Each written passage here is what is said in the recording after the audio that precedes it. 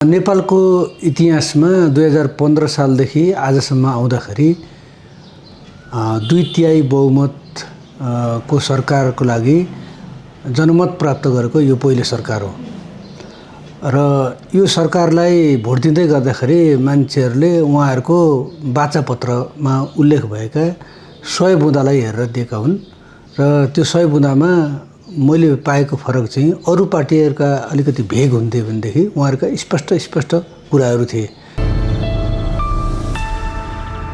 अब अहिले सरकार गठन भयो र सरकार गठन पश्चात सरकारको 100 बुँदे कार्यतालिका 100 दिनको लागि उहाँहरूले ल्याउनु भएको छ।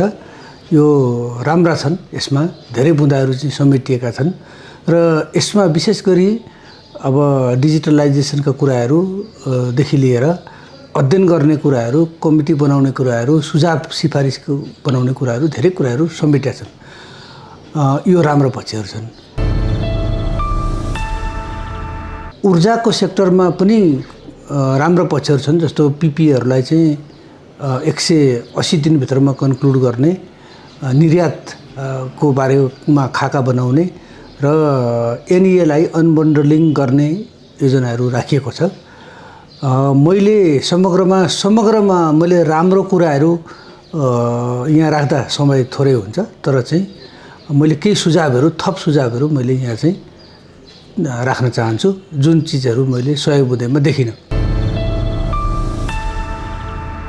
पहिलो कुरा, हामीले औद्योगिकीकरण मार्फत नेपालमा ऊर्जाको विकास गर्ने हो।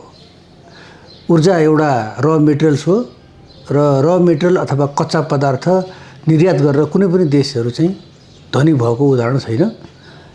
यो देशलाई समृद्ध बनाउने हो भने अथवा राष्ट्रपाले लिएको 7% जीडीपी को ग्रोथ हासिल गर्ने हो भनेदेखि यहाँको ऊर्जाको खपत चाहिँ नेपालमै गर्ने योजना बनाउनुपर्छ र त्यो 100 दिनको कार्यक्रममा 100 बुँदे कार्यक्रमभित्र चाहिँ ऊर्जाको खपत कसरी डोमेस्टिक खपत चाहिँ बढाउनको लागि चाहिँ त्यहाँ कार्ययोजना हुनुपर्थ्यो। यो एउटा पहिलो सुझाव चाहिँ म दिन चाहन्छु।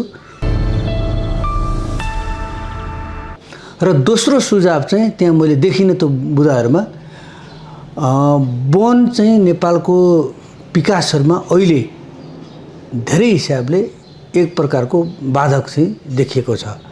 वनलाई हामीले नियमन गर्नुपर्ने, व्यावसायिकीकरण गर्नुपर्ने अवस्थामा वनले चाहिँ अरू विकासका कार्यक्रमहरूलाई चाहिँ नियन्त्रण गरेको छ र यो वनका कुराहरूमा यो अहिले त प्रत्यक्ष त जलविद्युत विकासको कुराहरूमा वन एकदमै बाधक देखिया छ, तर यो बाधा चाहिँ जलविद्युतमा मात्रै हुँदैन। यो अरू सिमेन्ट उद्योगदेखि लिएर अरू कयौँ हैन इको टुरिज्मका कुराहरूदेखि लिएर धेरै चिजहरूमा हुन्छन् र यो अध्ययन गर्नको लागि चाहिँ त्यहाँ कुनै बुँदाहरू चाहिँ मैले देखिनँ र यसलाई पनि एउटा चाहिँ नेपालको वनलाई कसरी अप्टिमम युटिलाइजेसन गर्ने, व्यावसायिकीकरण गर्ने र त्यसलाई चाहिँ अन्तर्राष्ट्रिय सन्धिहरूको परिपालन गर्दै नेपाललाई कसरी समुन्नत राष्ट्र बनाउन सकिन्छ त्यसको पनि एउटा चाहिँ अध्ययन गर्नुपर्छ भन्ने अर्को चाहिँ बुँदा राख्नुपर्छ।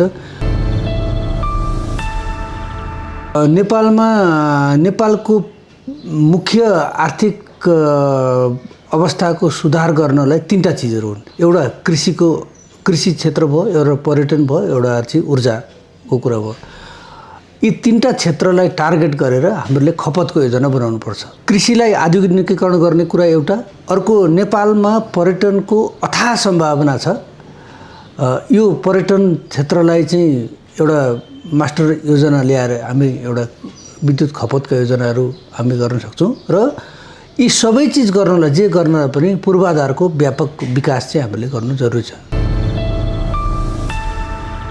उहाँहरूको फोकस चाहिँ केमा जस्तो देखिन्छ भनेदेखि नेपालमा हाइड्रो पावर बनाउनको लागि चाहिँ लगानी समस्या हो भने जस्तो त्यस्तो देखिन्छ।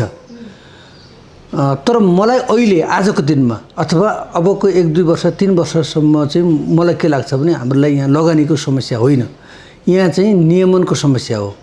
यहाँ चाहिँ हाम्रा 50औं ऐनहरू छन्, नियमहरू छन्, विनियमहरू छन्। यति खुट्टा तान्ने ठाउँहरू धेरै छन्। यी चिजहरूलाई चाहिँ हाम्रो एकद्वार प्रणाली गरिदियो भनेदेखि अथवा फेसिलिटेसन गरिदियो भनेदेखि अथवा ऊर्जा उद्यमीहरूलाई चाहिँ प्रोत्साहन हुने वातावरण बनाइदियो भनेदेखि यहाँ चाहिँ मैले 500 होइन कि 1000 मेगावाटमा हात हाल्ने व्यवसायहरू पनि छन्। यो छाता ऐन अथवा अम्ब्रेला एक्टको कन्सेप्ट चाहिँ अलि फरक हो। त्यो मतलब त्यसलाई चाहिँ सबै सेक्टरलाई समेट्ने गरी एउटै ऐनले समेट्ने गरी ल्याउन उहाँहरूले चाहिँ खोज्नुभएको हो। अब यहाँ जति पनि थुप्रै ऐन विनियोग छन् त्यहाँ त्यसका सूचीहरू थुप्रै छन्। ती सबैलाई समेटेर सकेसम्म एउटै जस्तो कम्पनी ऐन भनेको कम्पनी ऐनलाई चाहिँ छाता ऐन भनिन्छ त्यस्तै गरेर उहाँहरूले ल्याउन खोज्नुभएको छ। अब त्यो ल्याउने कुरा चाहिँ उहाँ स्वागतयोग्य र राम्रो कुरा हो, त्यो ल्याउनु पनि पर्छ। मेरो एउटा अन्तिम सुझाव चाहिँ के छ भने वेल्थ क्रिएटर एउटा उद्योगपति र व्यापारीमा फरक छ, ट्रेडर र इन्डस्ट्रियलिस्ट अथवा इन्टरप्रेनर्समा फरक छ। राज्यले वेल्थ क्रिएटर अथवा इन्टरप्रेनर्सहरूलाई चिनेर उनीहरूलाई प्रोत्साहन हुने वातावरण चाहिँ बनाउनुपर्छ। किनभने नेपाललाई समृद्ध गर्ने भनेको चाहिँ सरकार मात्रै एक्लैले होइन कि त्यसमा निजी क्षेत्र लगायत सम्पूर्ण व्यवसाय उद्यमीहरू मिलेर चाहिँ गर्ने हो।